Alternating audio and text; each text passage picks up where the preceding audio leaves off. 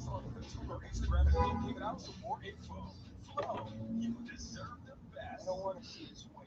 How can you take your business from good to great and thrive in the new normal by finding the smartest, most powerful IT solutions to optimize your business operations? And now, Digital Business Hub is making it simple for you. High-speed Wi-Fi, mobile and office phone, IT security, and much more. Everything your business needs to level up in the new normal. Get world-class IT for your business with Digital Business Hub. Sign up today. Call us on 623-2499 or visit our website www.digitalbusiness.com.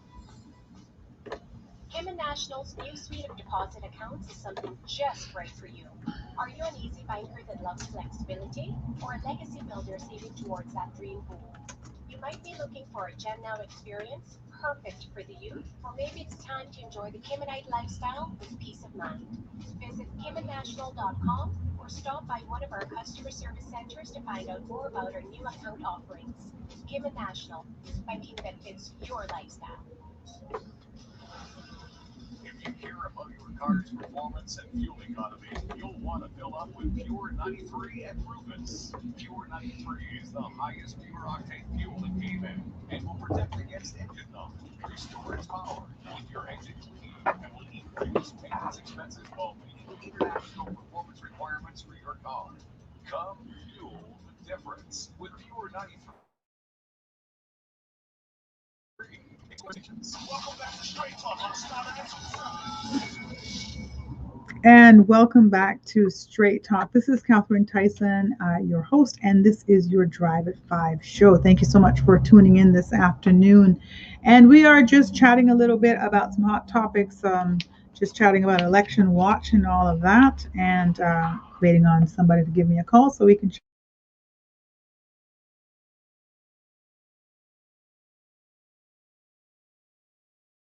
about that.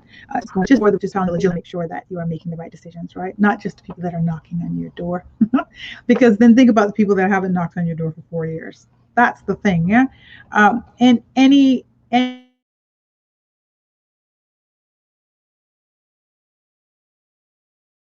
almost at the end of January, right? And some of us have made some resolutions, wondering how those resolutions are looking, and how you can kind of stay on track in this new year, even though we are well into our first month. It is almost gone. It's gone back so definitely so far, right? It's gone back it's gone so fast, definitely. So let's kind of think about how to make your resolutions when your life is changing. I know people generally like lists, and I'm also getting this from the Christian Lifestyles magazine. You guys can go pick that up, Christian Lifestyle magazine, that is on the stands, and it's free of charge. So here's a lady talking about she's a woman of many lists. She likes lists, grocery lists, book lists, to-do lists. Name it. Favorite kind of list though is a New Year's resolution list. So there's almost nothing more that you can love about the freshness that comes with the new year. We all have it. We all have the opportunity to start fresh. Now I'll say that, start with that blank slate, right? So I know we generally start thinking about our resolutions like in December time, and just just what do you start thinking about? For some reason, the year has passed last year, and it was a very confusing year. And so she also attests to it. She came up dry on New Year's Eve, tried to scribble down a couple of resolutions: read more, spend less, eat more vegetables, use. But those are every year, and found writing them down in the notebook again. So I couldn't think of anything substantial that I wanted when I thought about what my broader goal might be for the upcoming year. The only thing came up was done. Quickly attributed this to the fact that this was her last semester at school, and any goals that she'd make for 2018 would inevitably involve post-grad plans during this time, right? So while these are some not so surefire ways to do it. One of the first things that we can do about making resolutions when our life is changing is to accept the fear. So sometimes we're afraid. We're afraid of changes. We're afraid of doing something. So understand that our fear is valid, and the odds are that you're not alone if you are afraid. Um, so just accept the fear, but kind of do it anyway. And that's some of the things that we talk about as well on Straight Talk about feeling your fear.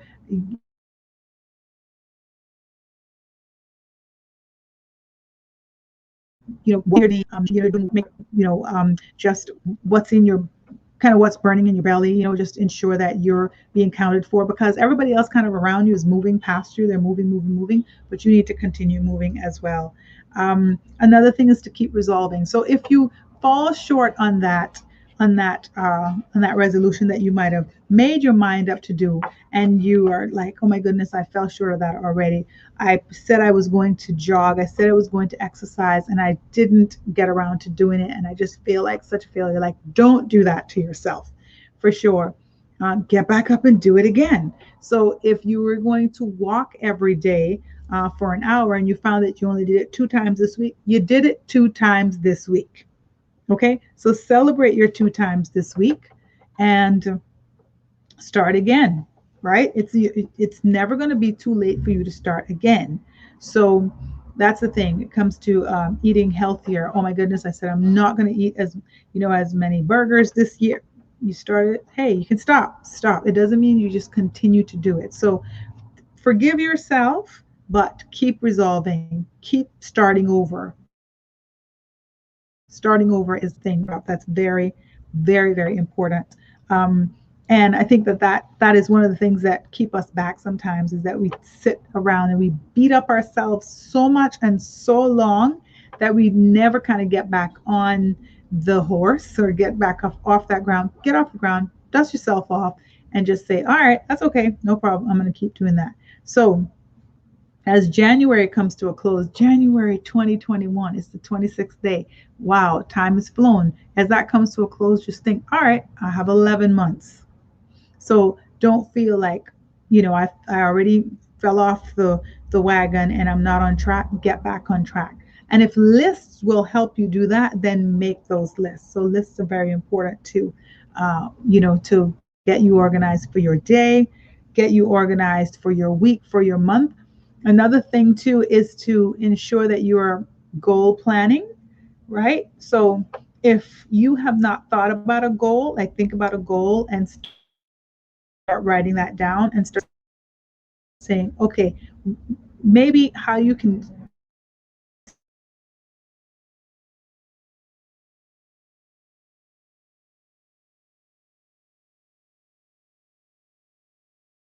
to say what result you want. So what's the result? That's something very tangible. What do you need to do to get that?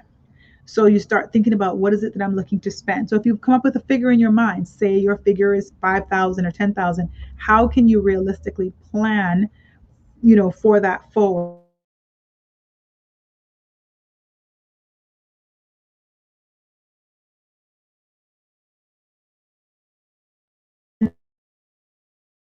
Next 10 months can I save this amount of money and will accordingly. So goal planning is very, very important, making those lists, but always just continue resolving. Don't give up. Don't feel bad about it. Don't feel like oh, goodness gracious, I can't stick to anything. Like, no, just keep trying, because in anything, practice makes perfect. So keeping moving is going to make things more perfect for that. All right. A lot of us are searching to find our God-given purpose. I mean, that is something that you hear all the time. I don't feel like I have any purpose. The last couple of days I've heard people say that. I don't know where I'm going. I don't know what I'm doing. I just feel blah. I just feel like just nothing. I don't feel bad, but I don't feel good. I don't feel sad, but I don't feel happy, And so sometimes it's really kind of digging inside and figuring out, okay, what is it that's keeping you from feeling good, right? So it's like that little nothingness, that little blondness. So I read this story. There once was a man who netted 3 trout from a mountain stream and carefully placed them side by side on a thick patch of grass. Before he removed them from the water, they were like a liquid ballet in motion, fluid, graceful, vibrant, alive. After he netted them, in the net, it was another story. As the trout lay on the grass, they were motionless. Their eyes were fixed, they gasped for air, and they looked and acted ridiculous. The man noticed they seemed unhappy, so he talked to them, hoping that his encouragement would change them. Little fish, don't be sad. You like the grass. Just try it out for a while. No movement, no response, no change. A few seconds passed. The man's neighbor walked by and said, "Hey, Bob, come and check out these fish." Bob went over, and the man explained that he was certain the fish could adjust. "I'm sure they could prosper here on the grass, don't you agree?" "Why not?" Bob replied. So he also tried to tell the fish it would be good if they learned to like the grass. After all, he liked the grass. Why shouldn't they? Still, the fish didn't blink. They just lay there looking dumber by the second. Finally, a little boy approached and exclaimed, "What are you doing? Put them back. They can't be all they've been created to be when they're out of the water." Finally convinced, the man carefully placed each fish back in the stream. After splashing for a split second, all three swam away effortlessly again, like a liquid ballet. What ease, what grace, what beauty. At that moment, the man realized that no matter how long the fish lay there, they would never adjust to the grass and would never be satisfied, no matter how much he or anyone else told them otherwise. Even if the fish tried to convince themselves they could learn to like the grass, they never would, and they would never prosper. In fact, they would eventually die. Do you feel like a fish out of water sometimes? Your prolonged dissatisfaction, God given gifts, passions, and the voices of could be telling you that you were created for another purpose. And like these fish, if you feel like you are dying inside, listen up. It could be just what you need to push you into another, more satisfying ocean. So when you're feeling a little tight in your world, it might be that the box that you placed yourself in is too small for you now. You need to break out of that. And that could mean anything. It doesn't mean it has to be a huge change. It doesn't mean you have to sell your house, move out of your apartment, leave your husband, move away, quit your job. It doesn't mean that. It could be something very small, very slight. But the point is, when you're not feeling your best, there is something wrong with the system. So the system is what needs to be looked at, right? So listen to your dissatisfaction. That's the first thing. We've been taught to believe that dissatisfaction is a bad thing, and we should do everything possible to avoid it. Shove it down, ignore it, act like it doesn't bother us, take a pill, plaster on a smile, grin and bear it, buy something new, or decide that misery is part of bearing your cross.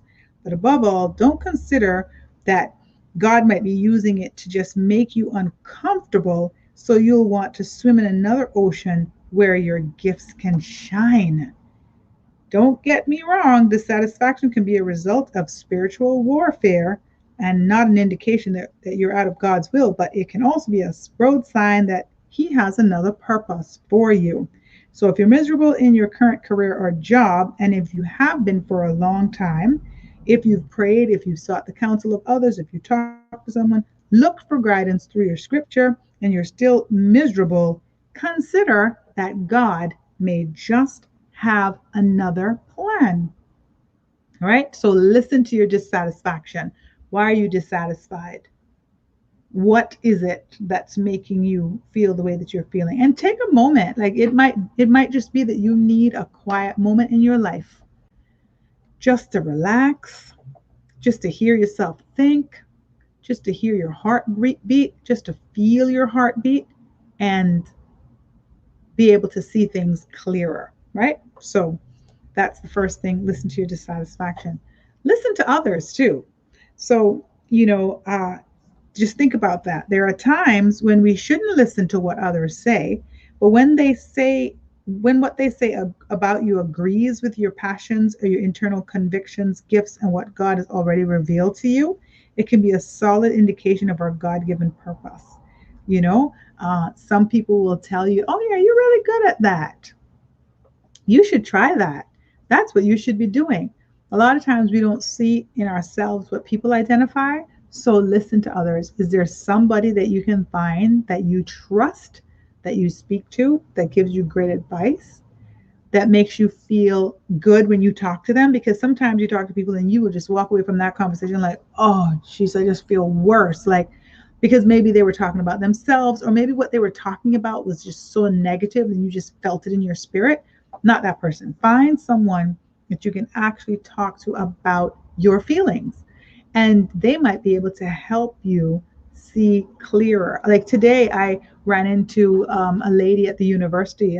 She's a friend of mine, and I mentioned something to her about a problem that I was having. And right away, she was like, you know what you can do? You can just do this, this, this. And I thought, oh, yes, that's a great idea. She was like, yes, send me an email, call me, let's have coffee, let's sit down, let's have lunch, and we can hash that out. I was like, wow, I'm here walking around with this problem. Like, literally, what she said did not even occur to me. So that just tells you sometimes when you're holding it to your chest or you're holding it inside and you're just saying, oh, they'll never understand. I gotta sort this out myself. I gotta solve this myself. Actually, you might be able to run it by somebody, and because their brain is so clear, that because they haven't been walking around with it like you, they can just give you a solution right away. And it will be like, why didn't I think of that? Because you can't think of everything, because you're not going to be everything. You're not going to be everything to anybody. You're not going to be everything to yourself. You're going to, you got to have other people. You ever heard the song No Man is an Island? Like, for sure. Right? Exactly. We live on an island, but we're not an island. So definitely listen to others. Go find those people, run things by them. It could be your pastor, it could be a teacher, it could be your sister, it could be your mother, your parents, or it could just be a friend, anybody. But just think of that person that you know, or you've met before, and you think, oh, she had such good advice. Maybe I could try to call her. Let me find her. And we're very easy to find people. You just go look people up on Instagram. I say we because we're all there. So if you wanted to even send somebody a message, you can literally go on Instagram or Facebook and find them and send a message, right? Listen to your gifts. So that's it. Listen to your dissatisfaction, listen to others, and listen to your gifts. Make a list of the things and activities that interest you and which you excel. So things that you're really good at. Yeah. So go ahead and make that list. You can also ask yourself, what's the one thing I can do better than others? Can you write? Can you paint? Can you draw? Can you sing? Do you communicate well?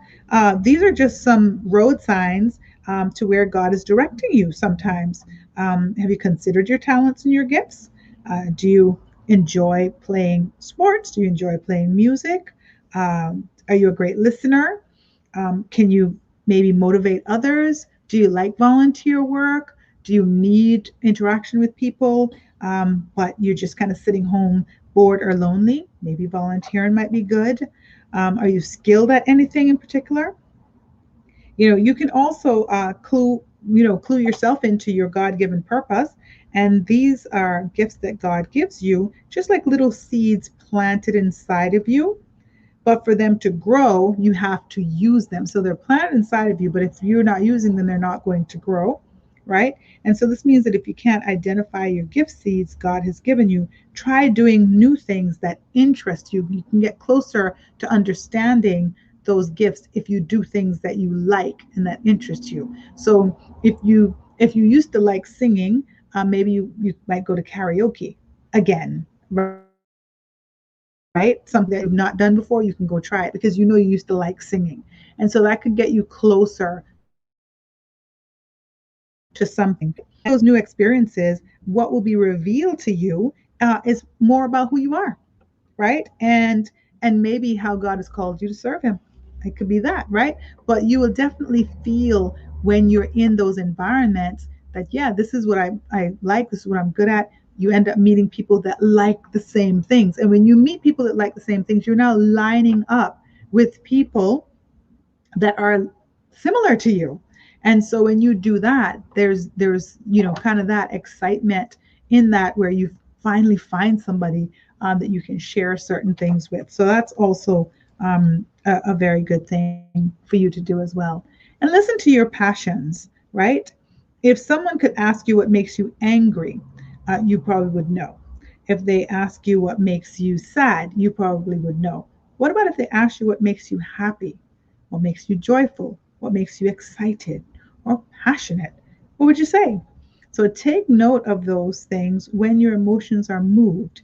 Like those times can be a sign of your God given purpose. So, those are some very, very great ways for you to do that. And you can also pray. So pray, but also find that quiet time. So a lot of people think praying is, I have to officially find a quiet space so I can get on my knees and clasp my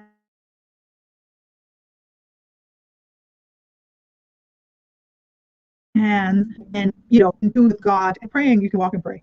You can drive and pray. You can just pray, right? So praying is that thing that is a connection between you and your creator, right? So how easy is that? And then you can just kind of talk with God, talk with yourself, talk with the God that's a part of you, that's inside of you, that wants you to find your way and find your way through Him because He created you, right? And so you can ask God to show you the things that move you. You can make a list of those things, and you can discover what your purpose is and what it is that God wants you to do. And so consider that your purpose is not just about you. It is not just about you. It's about what God wants to do through you. It's about what you're supposed to be doing in this world. And it could be a lot of things. It's not just one thing. It could be 10 things. It could be 5 things. It could be 3 things. It is what you're supposed to be doing. It's what's kind of burning in your belly. It's what makes you tick. It's what makes you smile. It's what gives you the zest. And it's also what allows you to touch other people, what allows you to make that mark. So if you're into baking, right, then bake. Okay, try new things. I tried baking. I don't think I'm into baking. I love baking. I tried baking this weekend and it ended up being a flat banana bread. And so as soon as my daughter saw it, she was like, "You needed to put some more baking soda." She knew because she's a baker. She's into that. And so, of course, I have like a flat banana bread at home, but that's not my thing. Now, somebody sent me something that I had written um, uh, around the same time, like a day before, and I just corrected it and sent it back. And it was amazing because I can write. So writing is my thing. So for me to start looking at my gifts and not being upset that I'm not baking the best banana bread, but understanding that not all gifts are mine, but I have mine. And so my gift of writing that I find is such a great thing. I'm able to help, I'm able to use it to do different things. And so find that thing that's yours because it's not only your thing, it's what God's trying to do through you.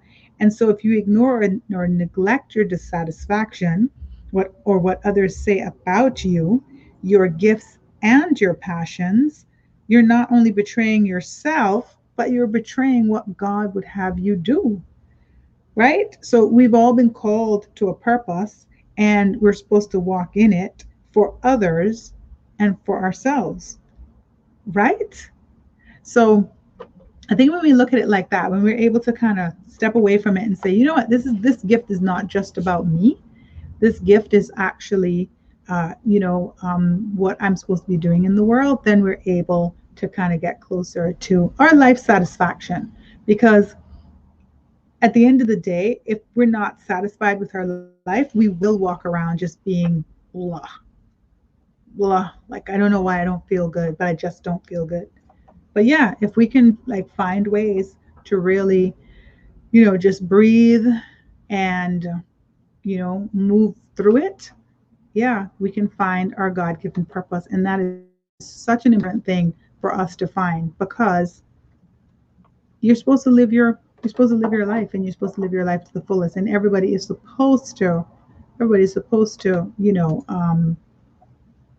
to, live, just feel good about living. And when we're able to see other people laughing and having a good time and wondering, why am I feeling this way?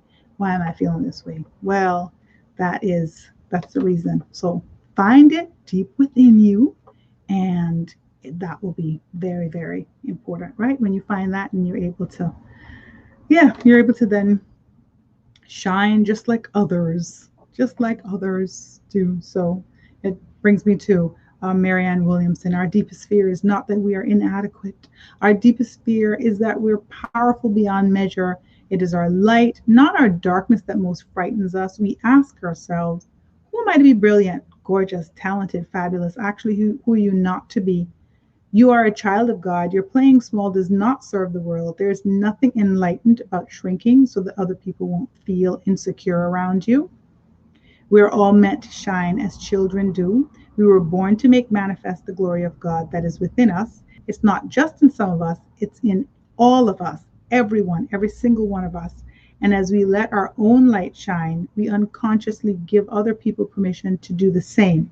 So as we're liberated from our own fear, our presence automatically liberates others. So imagine it's not just you that you're making a difference for if you shine, if you let your gifts out, if you embrace your gifts, if you are, doing what you love, you're actually helping everybody else.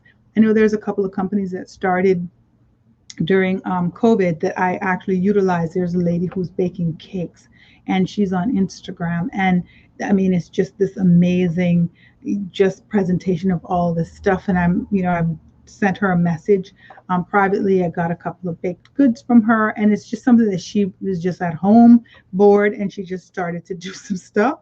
And yeah, so she found that thing that she loves, and she's doing it. And then of course another, I'm sure some of you guys probably have ordered from the seafood boil people. I mean, that just makes my day happy when I'm able to get me some nice seafood. So yeah, like sharing those gifts with each other, and playing small does not serve you or the world. So if you're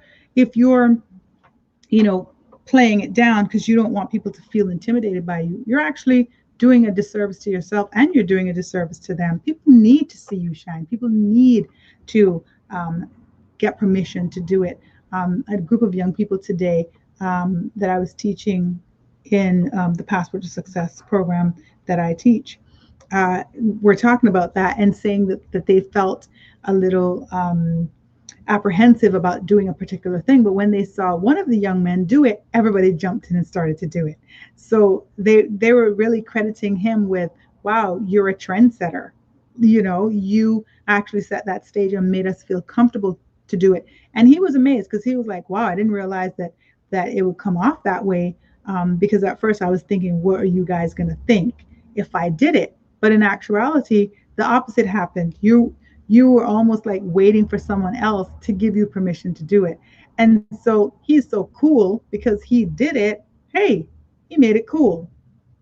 So look at yourself, look at your lives. Is there something that you can make cool? That you can make cool, a cool thing because you did it? That's what's important. So discovering your purpose is very, very important. And so if you guys were feeling blah, or just not happy but not sad, and not really knowing exactly what it was, that could very well be it. So go ahead and listen to your dissatisfaction, look it over, check it out, see what's going on, right? Find that. If that's not making you happy, don't do it. Okay? Start thinking about what does make you happy. So listen to that. Listen to others. Go find that person, find that mentor. Talk to someone that's doing exactly what you think you'd like to do. Talk to them. Find out how they're doing it. What are some of their, what are the tricks of the trade that's making them do that? Listen to your gifts. What are you good at? What are you good at? The things that you're good at, start thinking about those more, start doing those things more, start sharing them with others. Listen to your passion, what makes you happy, what burns in your belly. I'm going to go ahead and end the show a couple minutes early today, but just want to keep you guys, just in that mind frame where, you have a purpose, discover it, and make sure that you're in tune with yourself at all times, right? Yeah. And be responsible, make responsible choices, and always know that whatever decisions you're making right now are rendering a result. So what is the result that you want? Start goal planning, start setting up those results that you want, start thinking, this is the result I want, and start setting up yourself towards that. Thank you guys so much for tuning in this afternoon. Hope you guys have a great afternoon. We will talk with you again tomorrow. And Straight Talk, You Drive at 5 show. This is Catherine Tyson Tyson, and wish you all a great afternoon. Take care. Bye. Get back to the culture.